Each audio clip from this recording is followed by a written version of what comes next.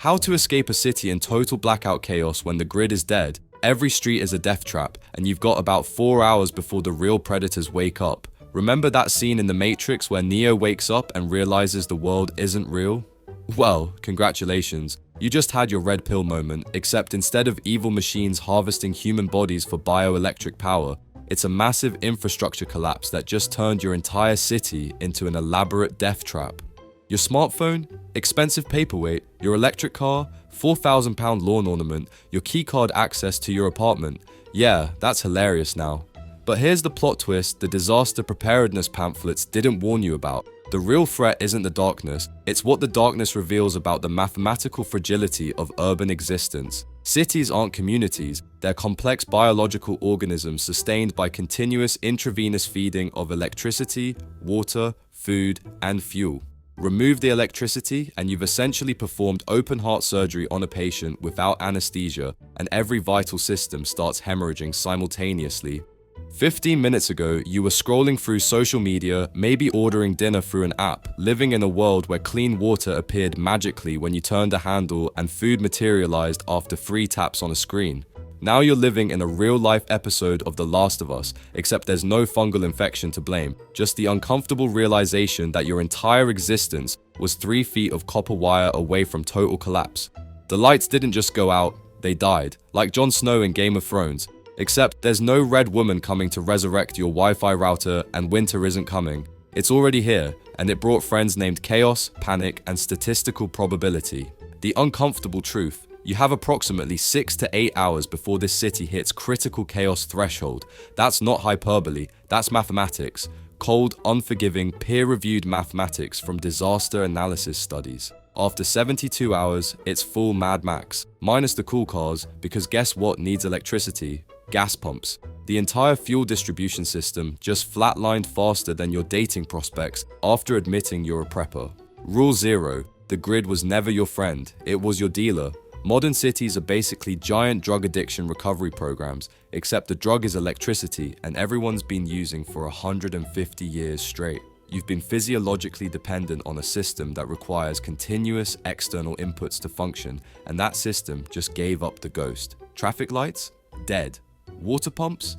Dead. Sewage processing? Dead. Refrigeration? Dead.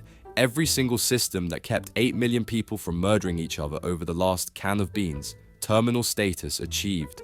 Studies show urban areas transform from functional to feral within that 6 to 8 hour window. Why? Because cities concentrate population density but depend entirely on external inputs. You're sitting in a human Tamagotchi that just ran out of batteries, and unlike the digital pet, these humans have survival instincts, opposable thumbs, and a sudden realization that civilization was always just a mutual agreement to not kill each other as long as the lights stayed on. That agreement just got voided. You know what you're about to learn? The 7 critical mistakes that transform regular people into statistics. The errors that sound reasonable in your panic-soaked brain, but mathematically guarantee you become a deleted scene in someone else's survival story. This isn't about thriving. This isn't about comfort. This is about accepting that you were never in control. You were just benefiting from temporary stability, and that temporary status just got permanently revoked. Your grocery store has maybe 3 days of food under normal conditions. In a blackout, that inventory disappears in 3 hours. Your apartment building has water pressure for maybe 30 minutes after power loss. That's just gravity draining the system, not actual supply. Your neighbors are about to become competitors in a resource acquisition tournament where second place means dehydration. Welcome to game theory in practice, where cooperation sounds beautiful in college textbooks, but desperation makes everyone play defect. The mathematical reality is brutally simple. 10% of people will evacuate immediately based on training or instinct. 80% will wait for guidance that isn't coming because the guidance systems require electricity to function. 10% will never leave because normalcy bias is stronger than survival instinct. Guess which group has the highest survival rate? Here's a hint. It's not the ones waiting for someone to announce that it's officially okay to panic now. Physics doesn't care about your previous lifestyle, your education level, or your social media following. Chemistry operates the same whether civilization works or not. Thermodynamics applies equally to everyone. And evolutionary pressure, that's operating in real time now, measuring survival of the fittest in hours instead of millennia. Darwin doesn't grade on a curve, and the exam just started. Time's up, survivor. You've got maybe 5 hours of relative calm before this transforms from unusual situation to every man for himself. Use them wisely, because in this game, respawn isn't an option, and game over means exactly what it says. Mistake number 1, staying in your apartment like it's a safe zone. Your apartment just became as useful as asking Siri for relationship advice in a language she doesn't speak. You think those walls represent safety? Wrong. They represent a vertical tomb with a monthly payment plan. Modern high-rise apartments are marvels of engineering designed to maximize population density while minimizing resource independence. They're human filing cabinets that function beautifully when electricity provides the organizational system. Remove power and you've essentially locked yourself in a vertical maze where every survival necessity requires infrastructure that just died. The physics are working against you in ways you haven't considered yet. Water pressure in high-rise buildings requires electric pumps to fight gravity. You're on the 14th floor?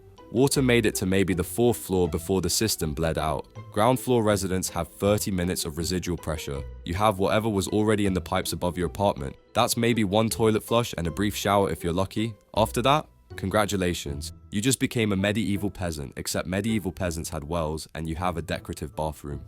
But here's what the disaster movies don't tell you. The real killer isn't lack of resources. It's other people realizing there aren't enough resources. Statistical analysis of urban disasters shows that vertical buildings become pressure cookers of human desperation within 12 to 18 hours. Why? Because everyone's trapped in the same game theory scenario with perfect information. Everyone knows there are 200 people in this building. Everyone knows there's limited food and 0 water above the 5th floor. Everyone knows the elevators are dead and the stairs become a choke point. You're not in a safe space. You're in a tactical nightmare where every advantage belongs to whoever gets desperate first. Hour 6. The building's still quiet, but that silence is deceptive. Your neighbors are doing the same mental math you're doing. They're inventorying their pantries, checking their water bottles, looking at their kids, and making calculations about when desperation overrides social contract. And there you are, sitting in your apartment with your 3-day emergency kit that seemed responsible last Tuesday, watching your phone battery drain from 6% to 5%,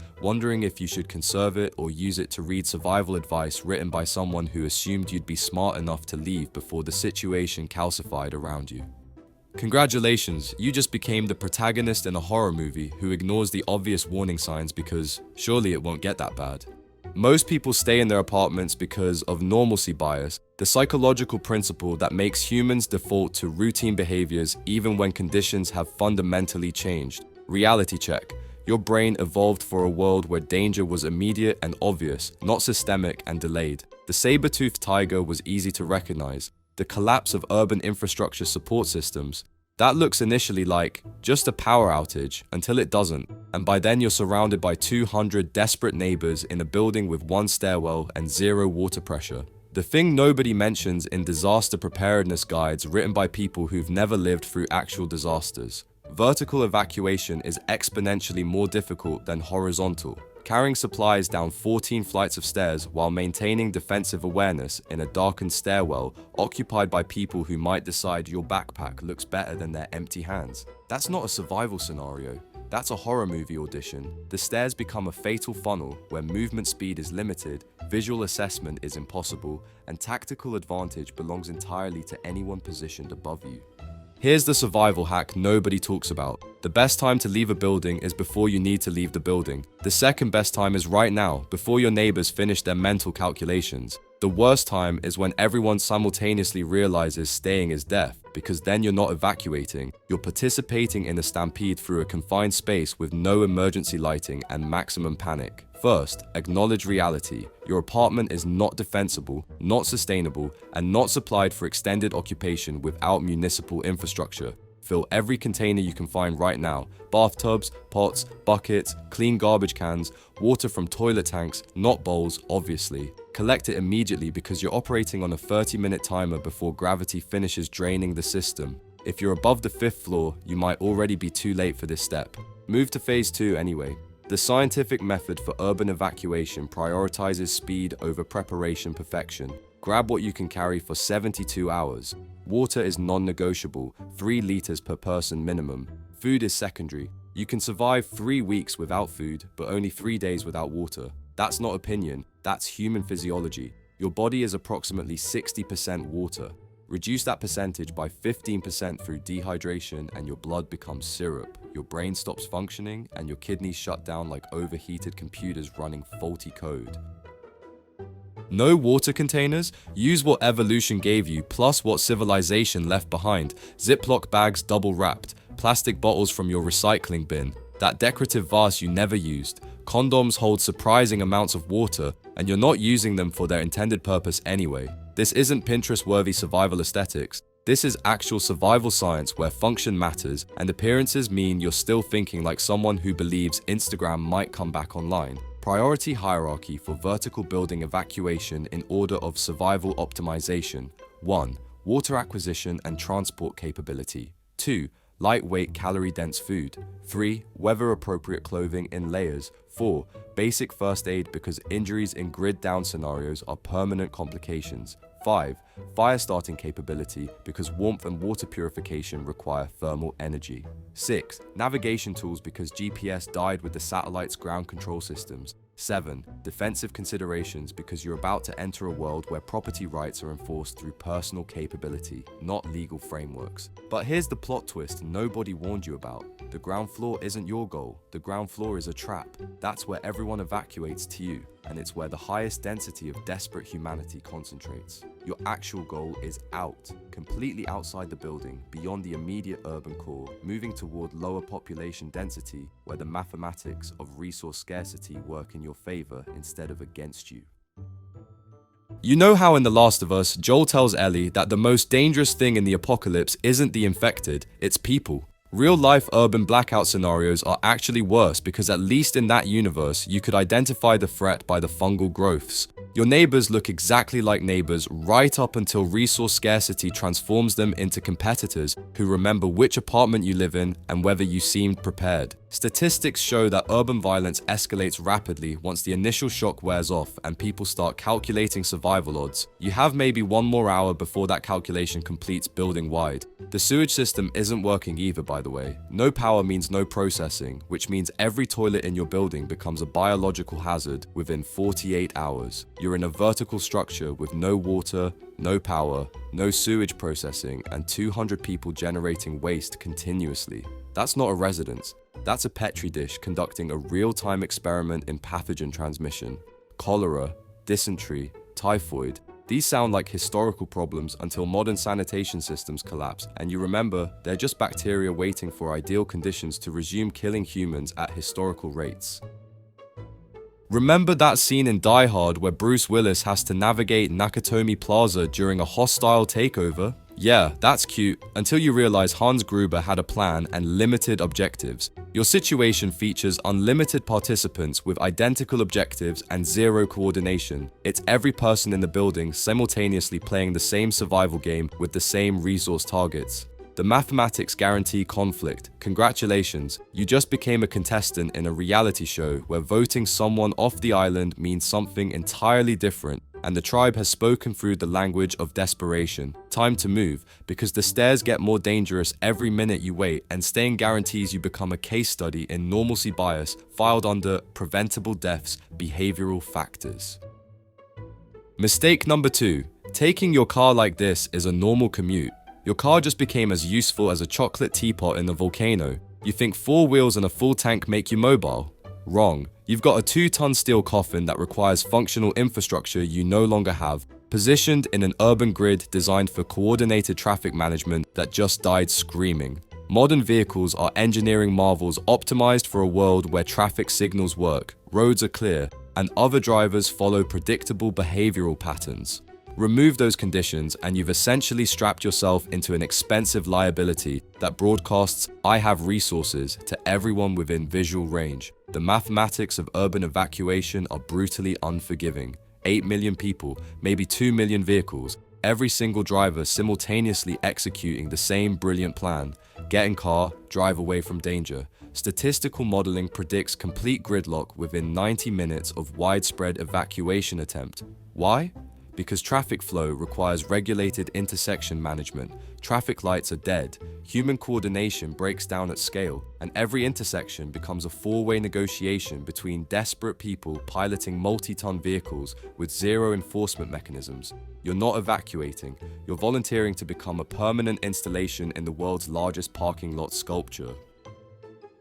But here's what The Walking Dead doesn't tell you. The real danger isn't zombies blocking highways, it's physics and human psychology creating absolute gridlock where movement becomes mathematically impossible.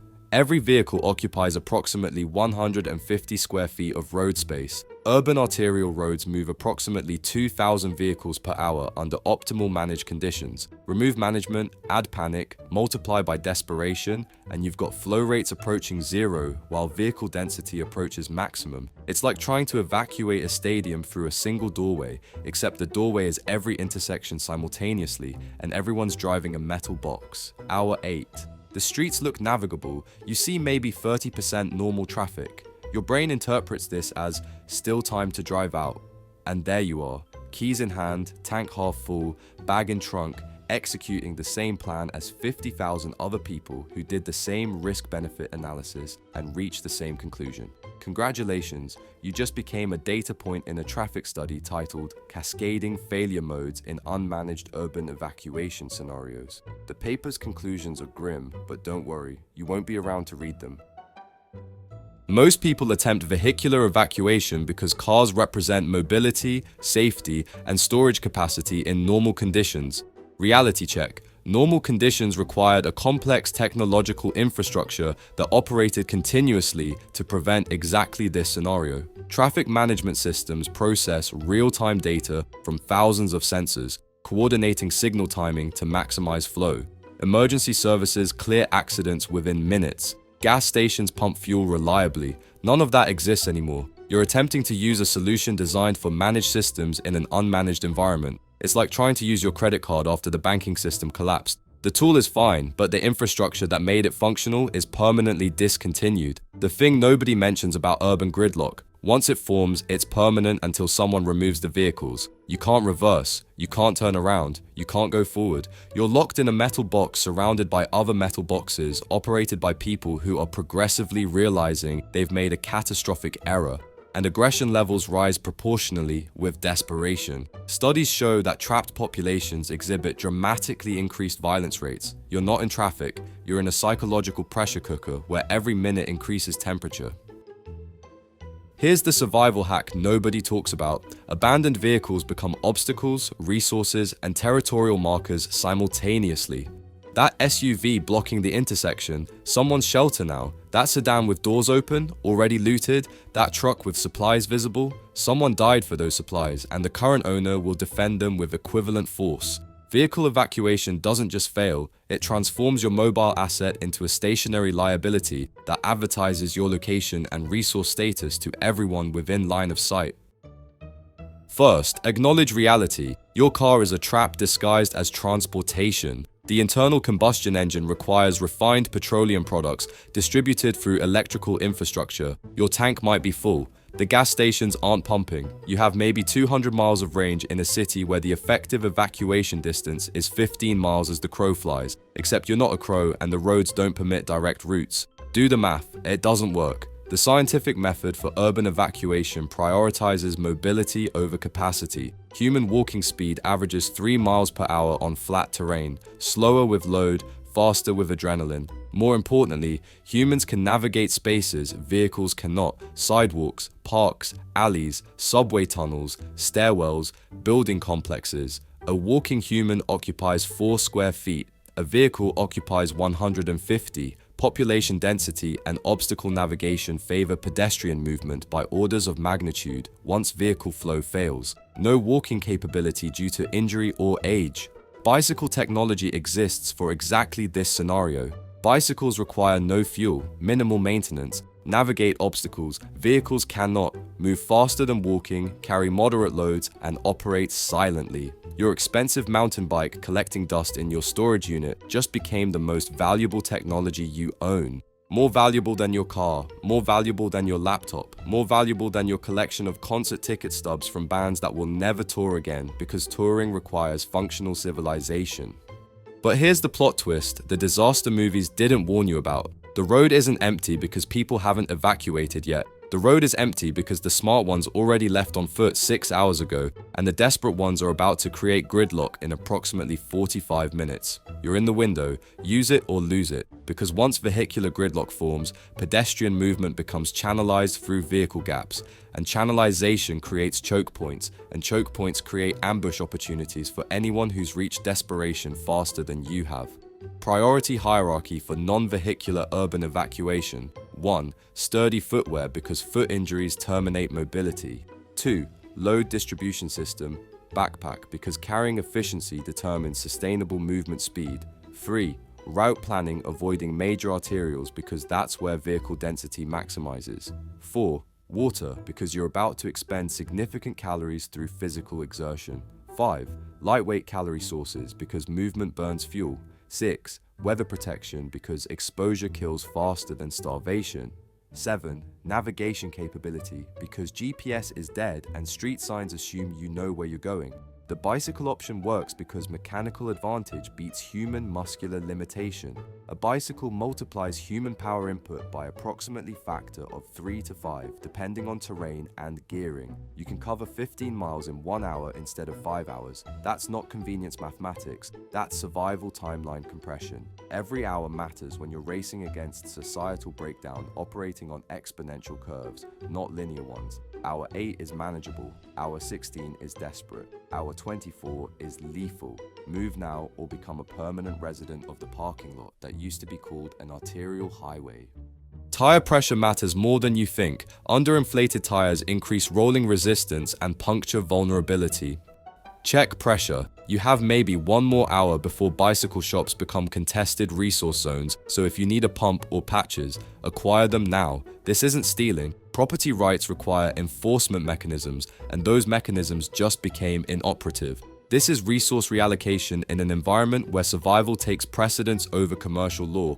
Ethics are a luxury product available only in stable civilizations. You know how in Mad Max Fury Road, Furiosa abandons the war rig and switches to motorcycles for the final escape? Real-life urban evacuation is actually smarter. Skip the motorized vehicle entirely because fuel dependency is a failure point you can't afford. The best transportation technology is the one that operates on renewable fuel sources, and your legs run on calories, which are easier to acquire than refined petroleum in a collapsed supply chain. Remember that scene in The Last of Us where Joel and Ellie navigate through a city filled with abandoned vehicles? Yeah, that's cute, until you realize those vehicles were abandoned because their occupants made the same mistake you're about to make, and now they're either dead or they learned the hard way that mobility means legs, not wheels. The difference is, they didn't have someone explaining the mathematics before they made the error. You do. Use the information or become a cautionary tale. Congratulations, you just became a traffic statistic in a study nobody will ever complete because the researchers died in the same gridlock. Leave the keys, take the bike, or walk. Because Darwin doesn't grade based on effort, only results, and the exam measures whether you're still breathing 72 hours from now. Mistake number 3, heading to the grocery store like it's Black Friday with consequences. Your local supermarket just became as useful as asking a magic 8-ball for tactical advice during a firefight. You think those aisles full of food represent salvation?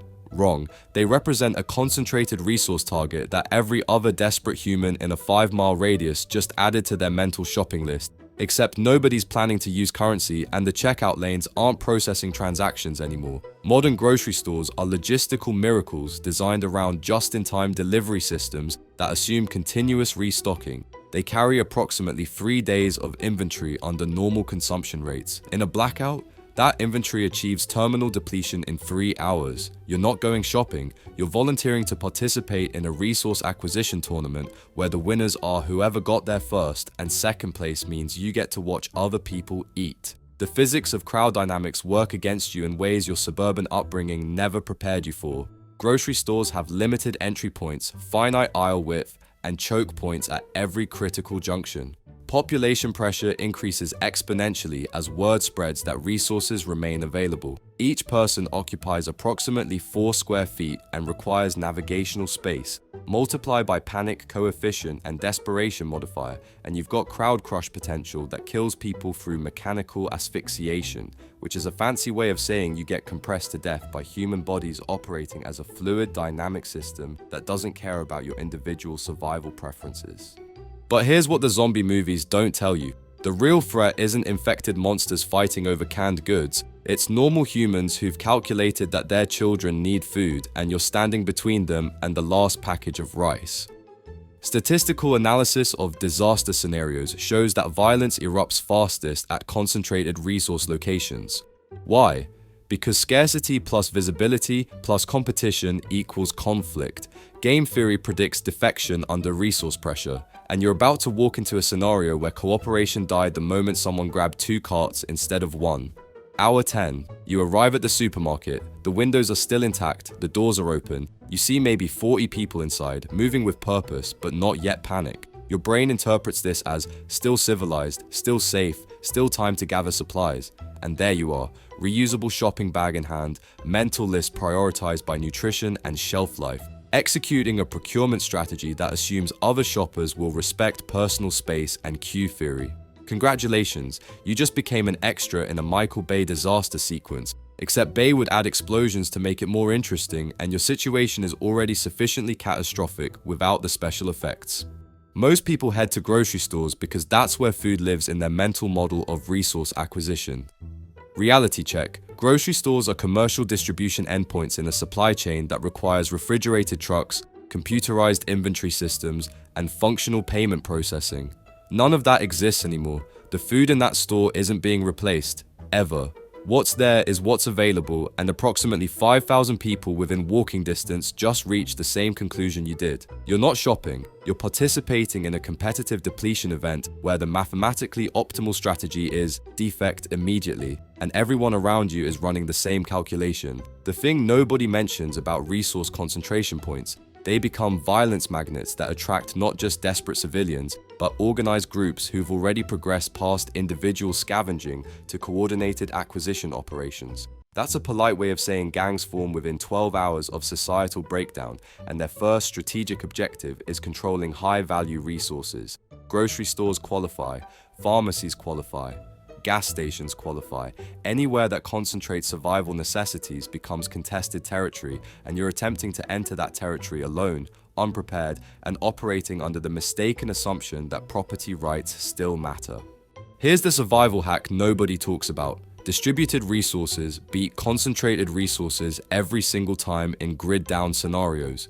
Grocery stores, death traps, individual residences, already cleared by occupants, commercial offices, ignored by most people, restaurants, stocked with preserved goods and overlooked by civilians focused on obvious targets. Convenience stores, smaller inventory but also smaller crowds, vending machines, currency-operated systems that nobody's thinking about because currency just became worthless. But the machines still contain calories and the access panels are just sheet metal. First, acknowledge reality. If you're thinking about the grocery store, you're already too late. The preparation window closed before the power went out. The immediate acquisition window closed in the first 3 hours. You're in hour 10 of a scenario where the optimal moves were executed by people who thought faster than you did. Pivoting to secondary strategies isn't failure, it's adaptation, which is literally how evolution functions when primary strategies become inviable. The scientific method for resource acquisition in depleted environments prioritizes safety over quantity. Small distributed sources beat large concentrated sources. Multiple low-value targets beat single high-value targets. Stealth beats confrontation. Speed beats thoroughness. You need calories, not cuisine. You need hydration, not variety. Everything else is luxury thinking that gets you killed while you're debating pasta shapes. No grocery store access because you're smart enough to skip the death trap? Target residential/commercial hybrid zones. Office buildings have break rooms. Break rooms have vending machines, coffee supplies, forgotten desk drawer snacks. Nobody's thinking about the 17th floor of an accounting firm when there's a supermarket 2 blocks away. Use their tactical blindness to your advantage. Emergency stairwells are dark, abandoned, and surprisingly full of resources nobody considered strategic. That's not looting, that's resource reallocation in an environment where possession equals ownership. But here's the plot twist the disaster preparedness YouTube channels didn't warn you about. Calories matter, but water matters more, and both matter less than avoiding violence. The best resource acquisition strategy is the one that keeps you breathing. Trade 6,000 calories for 0 confrontations, and you've optimized correctly. Starvation takes weeks, dehydration takes days, violence takes seconds. Prioritize accordingly. Priority hierarchy for alternative resource acquisition. 1. Water sources, residential tanks, commercial buildings with roof cisterns, decorative fountains, swimming pools. 2. Preserved food, canned goods from office break rooms, forgotten storage rooms, vending machines. 3. Calorie-dense items requiring no preparation, nuts, dried fruit, candy, granola bars. 4. Medical supplies from unexpected sources, office first aid kits, school nurse stations, gym facilities. 5. Hygiene items because disease kills more people than violence in prolonged emergencies. 6. Tool access for adapting resources, manual can openers, utility knives, basic hardware. The vending machine strategy works because mechanical systems beat empty shelves. Vending machines are distributed throughout urban environments, largely ignored during initial panic, and contain calories in shelf-stable formats. Access requires defeating simple mechanical locks or breaking safety glass, both achievable with basic tools and moderate force application. The legal framework that made this vandalism just became inoperative. You're not committing crimes. You're surviving in an environment where legal codes require enforcement infrastructure, and that infrastructure is permanently discontinued. Restaurant supply areas contain shelf-stable goods that most civilians overlook because they're focused on residential model grocery stores. Commercial kitchens stock bulk dried goods, canned products, oil, flour, sugar, salt, spices. These ingredients require preparation knowledge, which means most desperate people skip them for grab-and-go items. Your grandmother's cooking knowledge just became tactical intelligence. Learn to convert flour and water into calories, and you've achieved significant survival advantage over people who only know how to operate microwaves. You know how in The Walking Dead they spend half the show arguing about supply runs to abandoned stores? Real-life resource acquisition is actually simpler. Skip the contested zones entirely, target distributed secondary sources, move fast, carry light, and remember that the best fight is the one you never have. Because energy expenditure through combat burns calories you can't replace, injuries become permanent complications, and winning still means you had to fight, which means you failed to avoid the fight in the first place. Remember that scene in Zombieland where they trashed the grocery store in celebration? Yeah, that's cute. Until you realize that scene represents wasteful destruction of finite resources during a scenario where waste equals death. The difference is, Columbus and Tallahassee had plot armor, and you have physics, probability, and a rapidly closing survival window. Use your brain, not theirs. Congratulations, you just became a contestant on a game show called Who Wants to Optimize Resource Acquisition Under Extreme Scarcity Conditions, and the grand prize is continued biological function. The grocery store isn't your friend, it's a trap wearing a familiar face. Find calories elsewhere, avoid the crowds, and remember that survival isn't about getting everything you want. It's about getting enough to make it to tomorrow, when you can solve tomorrow's problems with tomorrow's brain that's still receiving adequate oxygenated blood flow because you didn't get crushed to death fighting over pasta.